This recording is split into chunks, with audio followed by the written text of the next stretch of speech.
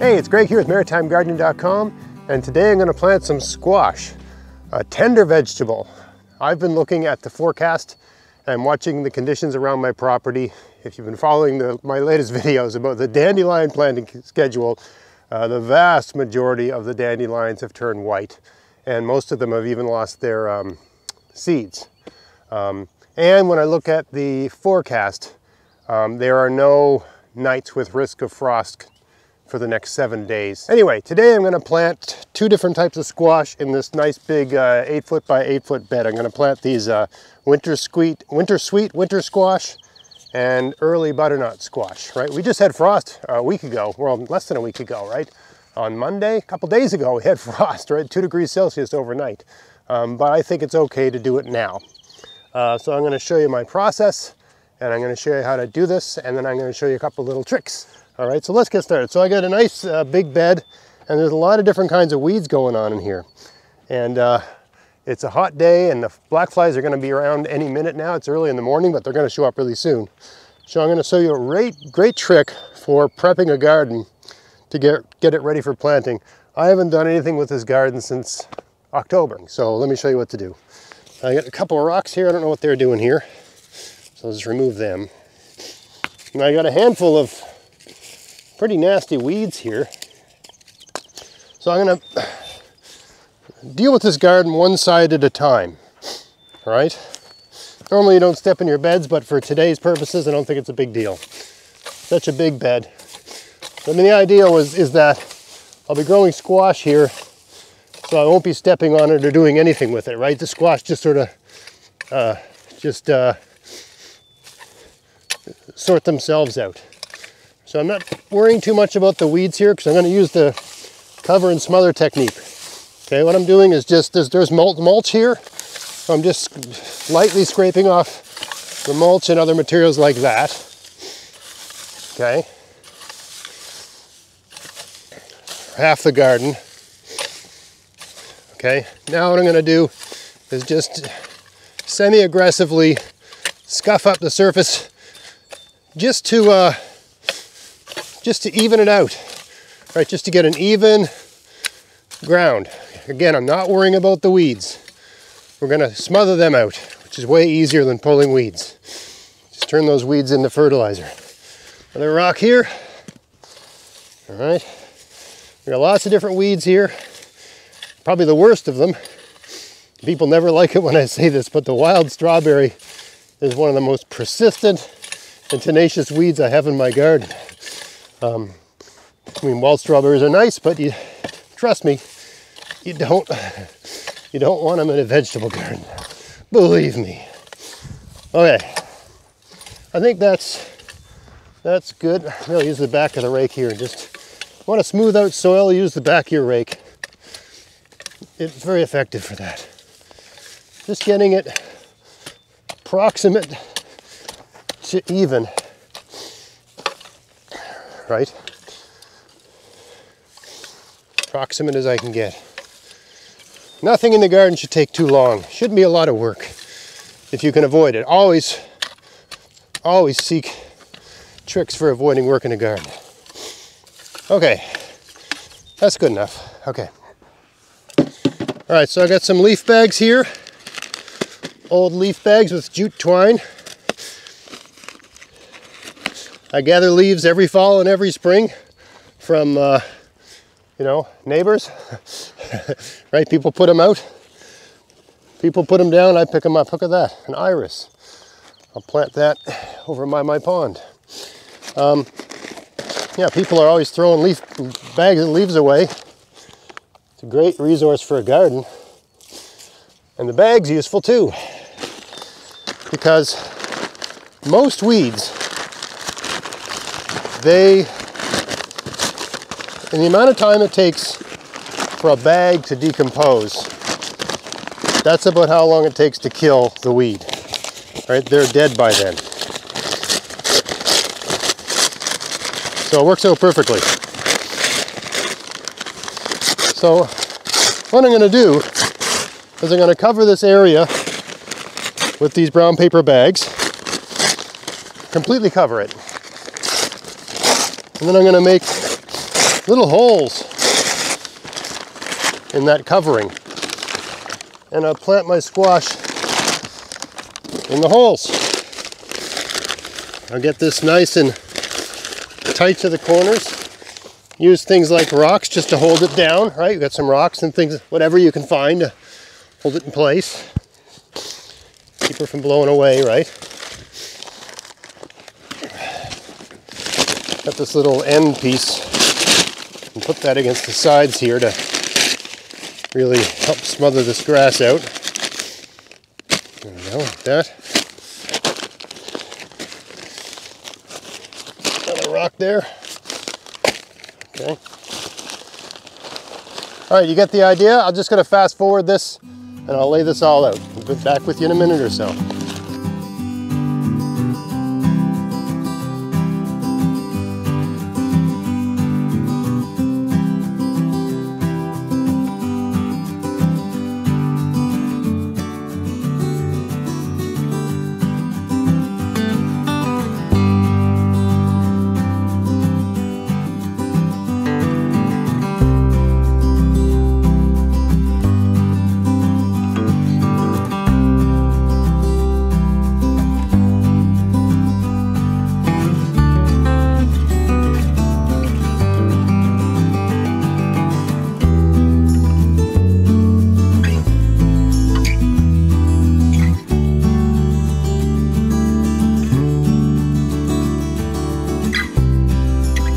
Okay, so now I've got half the bed done. I'm going to take all the mulch that's on the one side and throw it on the other side. All right? Got to go somewhere. It'll help hold everything down, help hold everything in place. It just makes sense to do that, right? You notice how I'm not worried about having perfect soil, right? That sort of thing doesn't matter, right? And the plants, as long as the plants, by perfect soil, I mean, I don't care about sticks and rocks and stuff like that. Okay, I mean, that's not, perfect soil isn't the black stuff that you buy in a bag at the garden center. Perfect soil is alive. It's full of living things. It's a good place for living things to live. It's got worms and microorganisms and stuff like that, right? And that's, I assume, what I have here. Okay, holds water well. Look at that, the soil's still damp, right? This isn't crumbly, wet soil. I mean, it's dry as unbelievable. The whole province is on fire. And I had, right up until this morning, for the entire garden season, I had 2 plastic domes over this because I had nowhere to put them. And just an inch below the surface, I got this wet clay, right? You know, a lot of people dump on clay as a soil, but it holds water really, really well. There's nothing wrong with having some clay in your soil. And actually, if you do some reading about soil science, good soil has clay in it. It's got sand, clay, you know, proportions of everything, right? A little bit of this and a little bit of that. It's not all one thing.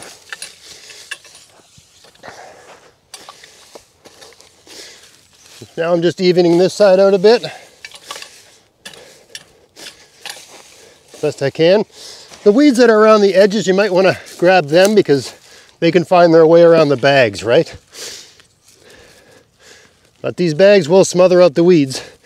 And once the squash are, let's say, 6 inches in height, I'll cover all of the bags with lots of leaves, right? Whatever mulch I can find. But right now, leaves are what I got. I got lots of bags of leaves, and they're great mulch anyway. Right? And usually if you mulch with leaves about 3 inches, 4 inches deep, at least where I live, that should be sufficient for the season. Should, I say. Nothing's guaranteed in life, right? There's a little bit more of that stuff. Just throw it over there for now. Okay, now I got to paper bag that side. Okay, so now all the hard work is done. Right now this looks like a pile of garbage, but in about a month, all you're going to see is mulch and squash. It's going to look beautiful. All of the all these bags will just disappear into the soil, and you know, the few things I've got holding this all down will just be moved out of the way or covered in mulch, and you won't, right? So the great thing about this system, I got to plant the squash yet, and I'll show you how to do that. But the great thing about this system is that it really helps conserve the water in the garden, because the sun's not shining on the soil, right? So you're not going to get the same amount of evaporation because you've got a blanket over it. And it's going to smother out all the weeds. I mean, there was a whole bunch of different kinds of weeds in there, some of them quite bad weeds. But this should prevent those weeds from getting to the sunlight, and they'll die. The odd one might poke up through one of the cracks. I'll just pull it when I see it. It's easy to spot weeds with a bed like this because it's just bags. It's just bags and sticks, right? So let me show you the next step here. So for the early butternut, it says to use a spacing of 24 inches between plants with 48 to 60 inches row spacing. I found, in my experience, you can plant them a lot closer than that. Okay, they're a fairly compact plant. The butternut, this one's called early butternut. Okay, early butternut. It's a fairly compact plant. So I think you can plant one every, like that spacing, right? So half of this bed's going to be those. The same directions are given for this winter sweet squash. But again, I find you can bend these rules, especially when you got a lot of sun like this. So, you know, I don't understand how rules like this get made, but you can break them. Okay. The main thing is that they have lots of sun and you know, some room to spread out. Okay. So let's think about this bed here. I think I got enough room for, like, let me get something to mark them out. All right, I got a bunch of pointy sticks here, and I'm going to think of this square like a tic-tac-toe grid, where I've got 9 little squares within it, right? Think of a tic-tac-toe, right? So this is one here, right? Each plant's going to get that amount of space. I got one here sort of in the middle, one about here. Whoop, that one broke. One about here. Yeah, right. And one about here. There's the middle there, so let's say one right about here. See how simple this is.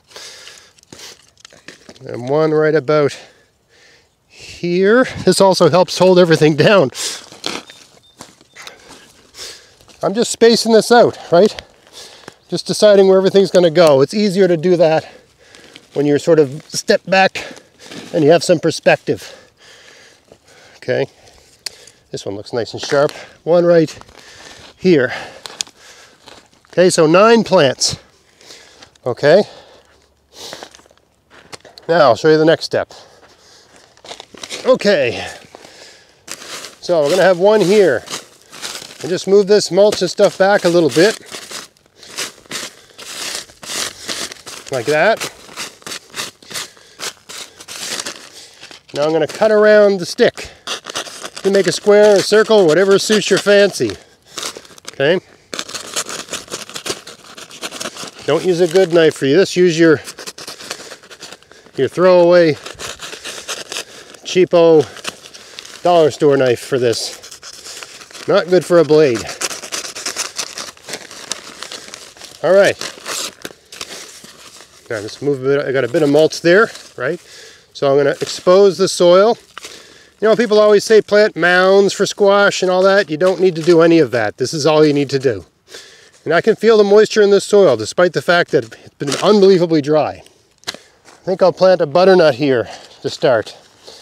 All right, so what I do when I'm planting for cucurbits, squash, cukes and stuff like that, there's always so much risk of them being taken out by slugs, right? I always plant 3, usually in a bit of a triangular pattern. Okay, I plant 3, You see they're barely in the ground, okay? I plant 3, and then after, 3 weeks to a month, I pick one that gets to live. And the other 2, maybe I move them to another spot, or I just eliminate them, okay? You always plant 3, because you can't count on them all making it. Never just plant 1 anyway. 2 is good, 3 is better. Now I just got some old potting soil from my wife's, the flowers she puts on the porch and stuff. That one's done. I just got to water that. Now we just got to do that 8 more times, and this bed's planted, right? Pretty simple system, eh? So let me just fast forward that.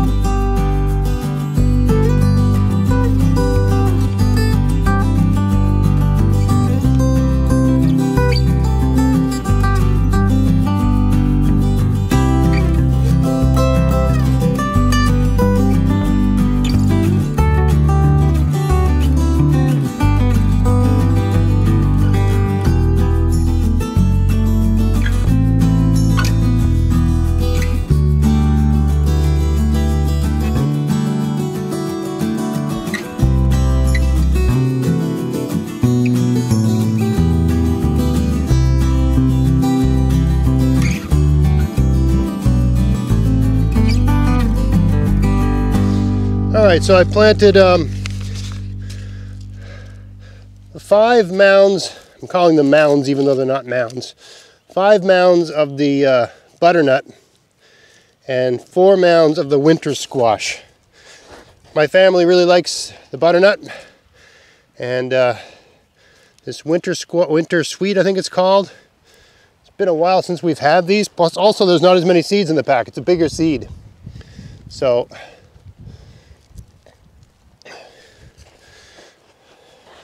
going to plant these last couple in 2s just in case this fails. I got a few, I'll plant these in 2s because there isn't as many of them. The winter squash just isn't as many in the pack. I always like to have some spares just in case things go sour. Yeah, so I got enough here to replant just in case something goes wrong, if we have a cold snap or whatever, right? And I got some more of the butternut left over as well. Okay, so now everything's planted. Get some soil on everything. You see how quick this is going? I mean, the most tedious part of this whole operation is tearing the bags so that you can achieve a relatively triangular shape. Or not triangular, sorry, rectangular shape. And you notice I got these planks on the bed strategically. I'll get some more old wood, I've always got old wood from old beds, right? That way you don't have to step on your soil, you just step on a plank, and it evens out your weight. Look at that, I had just enough soil to cover all of these little spots. Right now I just need a little water. Great thing about this system is that, right, we know exactly where the squash have been planted, right? We know because of the configuration. We also know because it's kind of obvious. And I guess technically I'm cheating by using my wife's potting soil. It kind of stands out like a sore thumb with all that, whatever that white styrofoam stuff that's in it for aeration, right? Notice how I'm just adding a little bit of a time to each one so I don't flood them. All right, that's a key thing about watering. Don't try to do it all in one big go. A little bit here, a little bit there, let it absorb, right? Also get your exercise. Now this nice dark soil, you see the bed was just this big, weedy, god-awful mess, right? But now, what the squash are growing in is this beautiful soil, right? Let me just take you a little closer to show you. So each spot where I've planted is this like beautifully cultivated patch of soil, right? So for an area this large, right, I'm greatly reducing the work, right? Because I'm really not cultivating the whole area. I just have this nicely little cultivated spot, nicely, I weeded them. When I was cutting these out, I pulled any weeds I saw, only took a second. Right, oh, is that a weed? Whoop, missed one. Bit of grass there, okay. Everything else will not need to be weeded, right? And as I said before, as this grows up, I'll cover all of this thing with a mulch, right? So it'll be great for conserving soil. All right, so for me, that's the easy way to plant squash. Any plant like that where it gets big and puts out a lot of foliage, and you know, really you're only gonna have a few plants in a large area, right? There's no point in working hard to weed and cultivate the whole area, right? Just cover it all with leaf bags or cardboard or newspaper or whatever, right? Something like that. Put some stuff on to weigh it down and just to make some little holes where you're gonna plant your seeds, right? And all the weeds and everything else will just die and turn into fertilizer, right? It'll die and break down and feed those squash. So you're putting your weeds to work and saving yourself the work of pulling them out. And you're gonna be saving yourself a lot of work going forward in terms of watering and future weeding by using this approach. So anyway, to me, that's a good way to do squash. I hope you found it interesting. If you did, please like, share, subscribe. Check out my podcast, maritimegardening.com. Check out my weekly column, maritimegardening.substack.com. Maybe think of subscribing. You can be a free subscriber. You can get some of the articles. You can be a paid subscriber and get access to all the articles.